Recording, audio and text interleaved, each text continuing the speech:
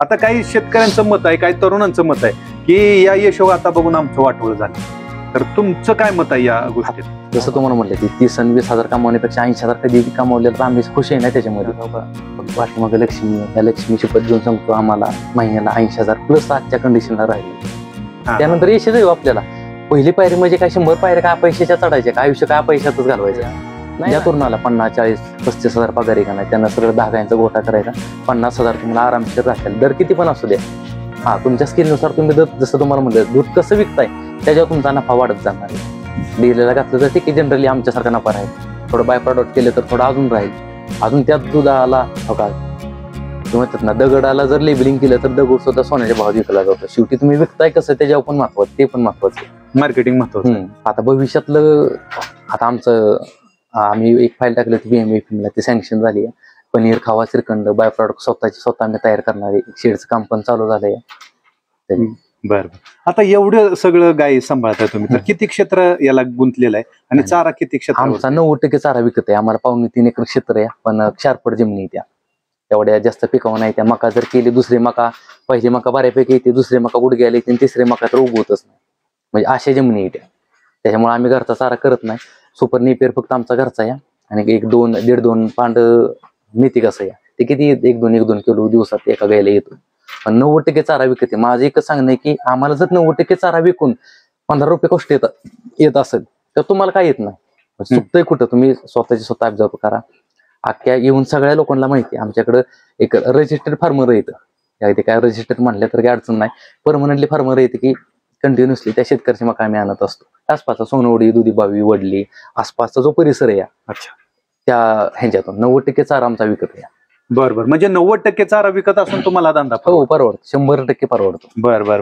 म्हणजे की जे लोक तक्रार करत आहेत की आम्हाला दूध धंदा परवडत नाही किंवा आता दूध दर कमी आहे आणि घरचा चारा असून आम्हाला परवडत नाही, तर तुम्हाला कसं परवडतं याचं उत्तर तुम्ही आता दिलेले आहे शेतकरी मित्रांनो. म्हणजे त्यांच्या प्रश्नाचं संपूर्ण निरसन झालेलं आहे.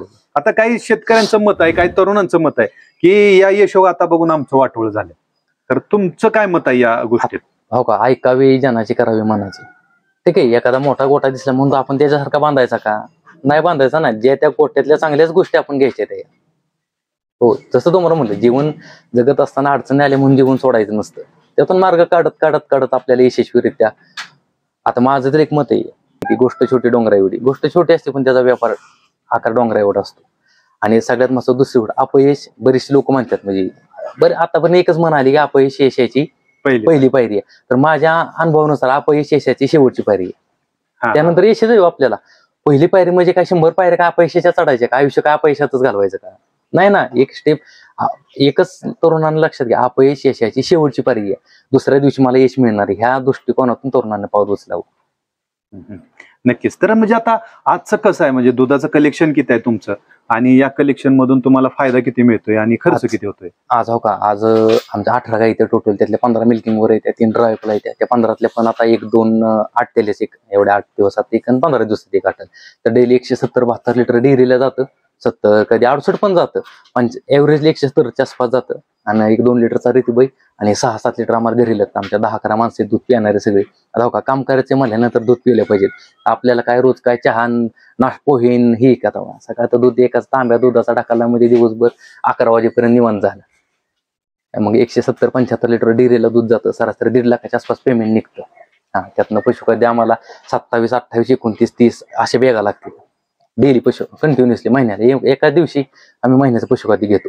आज अशी कंडिशन होती, म्हणजे मला तेच अर्थार्जन जे आता तुम्ही शब्द वापरला हे सांगायचंय की एक उदाहरण, तर आमचे 175, 70, 75, 80 पर्यंत दूध जातं. तर 1.5 लाखाच्या आसपास दूध होतं. त्यातनं आम्हाला 47, 48, 50 हजाराचं पशुखाद्य लागतं, 30,000 रुपयाचा चारा लागतो, कधी 25चा पण लागतो, कधी 32चा पण लागतो. जसं चारा अवेलेबल, जशी गुणवत्ता असेल तसा. मग जे उरलेले पैसे येतं 70-75 हजार ते आमचे शिल्लकच राहतात ना. आणि आज जसं तुम्हाला म्हणलं, आज पशुपालकांची काय कंपनी सांगते की 400 ग्रॅम पशु खाद्य वापरांना, परत बॉडी मेंटेनसाठी 1 किलो. मग त्यांच्या जर नुसार घातलं तर आम्हाला 80,000 रुपयाचं पशुखाद्य लागेल. म्हणजे आम्ही एक फोकस केले, गुणवत्तेचा चारा, जास्तीत जास्त गुणवत्तेचा चारा देण्याचा कसा प्रयत्न करता येईल तेवढ्या त्या जनावरांना द्यायचा. आणि स्वच्छ पाणी कसं पाजता येईल, निवारा कसा स्वच्छ, गोठा कसा स्वच्छ ठेवता येईल आणि निवारा कसा आपण बांधलाय त्याच्यावर पण सगळ्या गोष्टी ठरल्या जातील. आज एवढं दर असून सुद्धा आम्हाला परवडतंय. 70-80 रुपये राहतात. कोणी विश्वास ठेवू द्या त्याचा. आता 99% लोक विश्वास ठेवणार नाहीत. जो माणूस आमच्या गोट्यातून गेला तो विश्वास ठेवणार गेला खरेच ह्या माणसाला, ह्या व्यक्तीला ह्या गोट्यात एवढे पैसे शिल्लक राहतील. किंवा अदरवाईज बरेचशी लोक कमेंटमध्ये करतील की तुम्ही खोटं सांगताय. आम्हाला काही फरक पडत नाही. माझं तर एकच म्हणे, ज्याला धंदा परवडत नाही का नाही त्याला स्पष्ट बंद करून टाका. दुसऱ्या माणसात निगेटिव्हिटी किंवा अपप्रचार करू नका दूध धंद्याचा. कारण की करायचं तर काय करायचं, मग दूध धंद्यात परवडत नाही, धंदा टाकून चालला नाहीत, मग करायचं काय. किती निवडत बसणार आहे? हो, किती धंदा. आज धंदा फिक्स मार्केट आहे ना. तुम्ही जसं तुम्हाला म्हणलं दूध तुम्ही पनीर करून विका, दही करून विका, हे फिक्स मार्केट आहे ना. जसं तुम्ही एखादं XYZ कशाचं दुकान टाका, ते चालले अशी गॅरंटी आहे ना. मासे मारत सकाळपासून संध्याकाळपर्यंत बसावं लागतं. नाही तर सकाळ 2-3 तास संध्याकाळ 2-3 तास काम केले की मोकळा दिवस निवांत झाला ना. बरोबर, हे महत्वाचं आहे. दूध धंदा कशासाठी करायचा तर ह्या गोष्टीसाठी करायचं, एक मालक आणि एक स्वाभिमानी जीवन आणि भरपूर पैसा. नक्की. तर म्हणजे की अनिल जी, आता तुम्ही हा दुग्ध व्यवसाय करताय, नोकरी सोडून तुम्ही स्वतःचाच व्यवसाय करायचं ठरवलं, मालक बनायचं ठरवलं, तर आज तुम्ही समाधानी आहे का, यशस्वी आहे का? हो, नक्कीच. आज मी म्हणजे मला अभिमान वाटतो की आज हो का पाठीमागे लक्ष्मी आहे. ह्या लक्ष्मी शपथ घेऊन सांगतो, आम्हाला महिन्याला 80,000 प्लस आजच्या कंडिशनला राहतात. आज 80,000 जर राहत असतील तर अजून काय पाहिजे, अजून किती समाधानी पाहिजे. हो का 10 लाख जरी दिले तरी माणसाची अपेक्षा संपत नाही. खुश आहे ना आम्ही. आज आमचा एवढा 11-12 माणसं खुश आहेत, आनंदीत, बे हॅपी आहेत सगळी. 40 रुपये दर दिला की आम्ही का दुसऱ्याला देणार नाही, आमच्याच खात्यावर येणार आहे ते. फक्त हयात दरात आम्ही समाधानी या खुशी. दर तसं 40 रुपये प्लस पाहिजे, पण नाही मिळत, जाऊ दे, त्यातून मार्ग काढत आपण वेल सेट या. आणि आता हे मजुराच्या जीवावर करणारा व्यवसाय आहे का?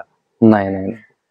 आज हो का म्हणजे 28 रुपये 30 रुपये कॉस्ट कशामुळे येते तर ह्या मजुरांमुळे येते, केवळ मजुरांमुळे. आता आमच्या गोट्यात आम्हाला वाटत होते की लय काय ना, एवढं 80,000 जाऊ द्या 20,000 गाड्याला किंवा 15,000 गाड्याला, पण जर तो गोडे ठेवला तर 80,000 आम्हाला पदर 20,000 घालावा लागतील, इतका धंदा तोट्यामध्ये जाईल. त्याला काय करायचं. आता आमच्या 2,000 मस्टाडीज आहे. मस्टाडीज जर 0.10 मध्ये असेल म्हणजे पहिल्या स्टेपला असेल तर तो 50 रुपयाच्या ट्यूबनं बरा होतो. तो पण लक्षात. आदर्श पशुपालक, हुशार पशुपालक कशाला मानायचं की पहिल्या स्टेपचा मस्टाडीज त्याला ओळखता आला पाहिजे. तो 50 रुपयाच्या ट्यूबनं कव्हर होतो. आणि जर नाही कव्हर झाला, जसं गाड्याला काय करायचं, उद्या गाई मिली काय, मालक तोट्यात गेला काय, मेला काय, जगला काय, त्याला काय करायचंय. जसं आपण मालक स्वतः बारीकाने गोष्टी करतोय तसं 50 रुपयाच्या ट्यूब मध्ये बरं होतं. गडी असेल तर 5,000 रुपये जाते, तर 50,000 रुपये जाते, तर गाई पण जाते. हा फरक आहे गड्यात आणि मालकात. मग गडी ठेवायचा, माझं तर वैयक्तिक मत आहे, ज्याला ठीक आहे 50-100 गायींचं गड्याच्यावर काम होत नाही त्यांची गोष्ट वेगळी आहे. पण वैयक्तिक माझं म्हणजे मार्गदर्शन कुठल्या तरुणांना असतं की 15, 20, 25, 40,000 पर्यंत जी पोरं काम करते या धंद्याचा कटाळा, त्या सर्व्हिसचा कटाळा आला किंवा मानसिक त्रास आहे, त्यांना दूध क्षेत्राकडे वळा आणि लोकल गाई घेऊन धंदा चांगला करा. आणि जसं तुम्हाला म्हटलं की 30 आणि 20,000 कमावण्यापेक्षा 80,000 कधी कमावलेलं तर आम्ही खुश आहे ना त्याच्यामध्ये. फक्त गडी ठेवायचा का नाही ठेवायचा हे त्या पशुपालकांना ठरवायचं की धंदा गडी ठेवून तोट्यात घालवायचा का स्वतः करून नफ्यात आणायचा. आणि किती जीवन आहे. आज हो का आम्हाला सकाळी 2 जण आम्ही काम करतो, सकाळी 12 वाजता येतात. आमच्या कसं वडील आमचं जरा आता वय झाल्यामुळे थोडं त्यांना काम होत नाही. मला पण एकट्याला एवढं सोपं नाही ना, एवढी 30 जनावरांचं वैरण एकट्याने करणे. मग दोघांना हळूहळू त्यांच्या सोयीने आपलं चालायचं सकाळ संध्याकाळ. नक्की. म्हणजे की कमी टक्केवारीच्या गाय किंवा म्हणजे की आपण म्हणतो त्याला खसाबाच्या दावणीच्या गाय तुम्ही आणल्या आणि हा दुग्ध व्यवसाय यशस्वी केला. 100% यशस्वी केला. नक्की. तर आणि जो काय अनमोल वेळ दिला आपल्या शेतकरी मित्रांच्यासाठी, अनमोल माहिती दिली, अनमोल मुलाखत दिली, ही मुलाखत नक्कीच फायद्याची ठरेल अशा आपण आशा व्यक्त करूयात. तुम्ही दिलेल्या वेळेबद्दल, या मुलाखतीबद्दल मी तमाम शेतकरी बांधवांच्या वतीनं आणि आपल्या अष्टदीप क्रिएशन्स या युट्यूब चॅनलच्या वतीनं मी आपले आभार व्यक्त करतो. धन्यवाद. नमस्कार.